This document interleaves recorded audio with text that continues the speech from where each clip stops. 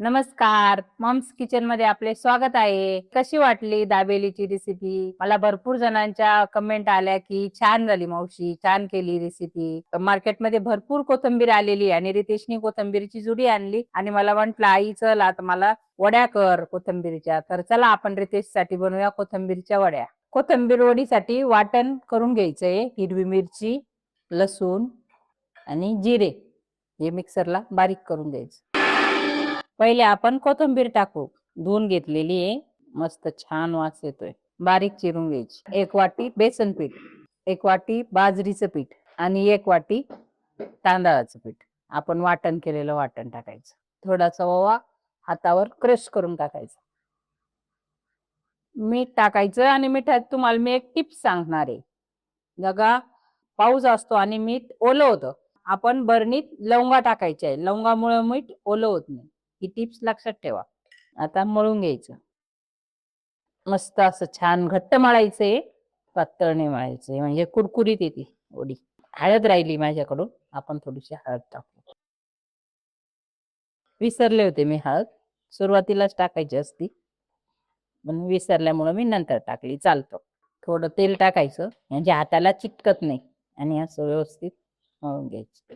10 मिनिटं असंच ठेवायचं झाकून. तेल घ्यायचं, पातेल्यात पाणी टाकायचं.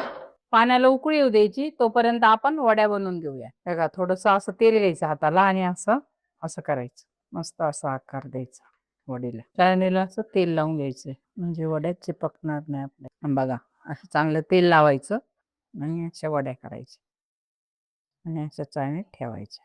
मस्त मऊ आणि छान झालेलं आहे पीठ, एकदम मस्त मऊ मऊ.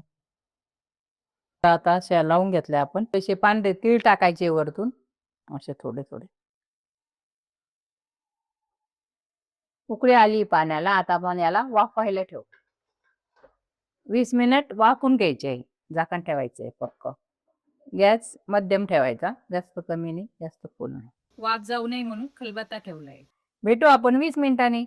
20 minutes later. वाव मस्त वाफलंय बघा. हे बघा असा चाकू गेला की समजायचं वाफलंय. चला आता आपण कापून घेऊया. मस्त बघा छान झालंय. अशा बारीक बारीक कापून घ्यायच्या म्हणजे कुरकुरीत लागतात. आणि माझ्या रितेशला खायच्या होत्या आज वड्या. तो बोलला कोथिंबीर आणलेली आई वड्या कर. त्याला खूप आवडतात वड्या. स्पेशल आज त्याच्यासाठी केलेले. बघा छान झालंय, मस्त कोरड्या झाल्याय. आता तळल्यावर मस्त कुरकुरीत होईल.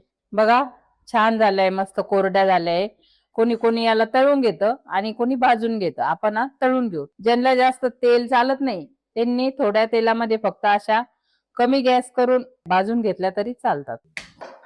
कढई शक्यतो लोखंडी घ्यायची. ही लोखंडी कढई आहे, तळण्यासाठी चांगली असती आणि लोह पण आपल्या शरीरात जातं थोडस. नसेल तर साधी पण चालते.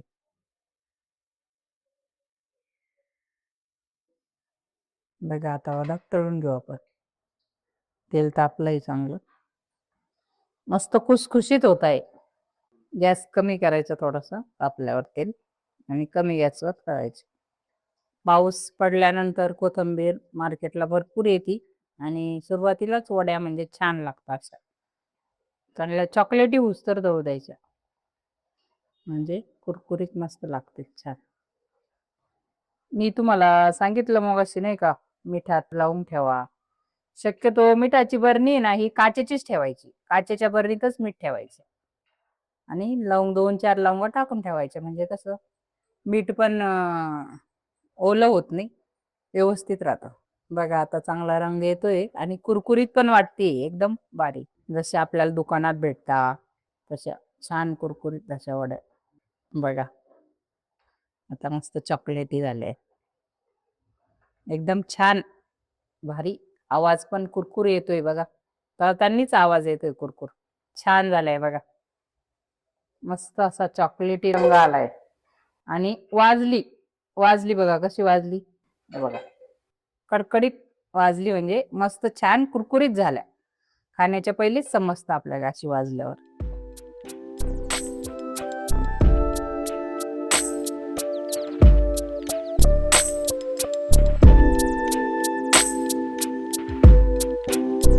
बघा छान झालाय वड्या, कुरकुरीत झालाय आणि मस्त चॉकलेटी लाल झालेले आहे. म्हणजे आवाजावरूनच समजतं की वडी खूप छान असेल. करून बघा आणि मला सांगा कमेंट करून. लाईक करा, सबस्क्राईब करा. थँक्यू. खात राहा, खुश राहा, आनंदी राहा. बाय.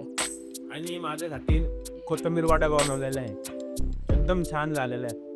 आईच्या हातचं माझ्या आवडीचं. लाईक करा, शेअर करा, कमेंट करा, सबस्क्राईब करा. रेसिपी आवडली असेल तर तुम्ही पण बनवा.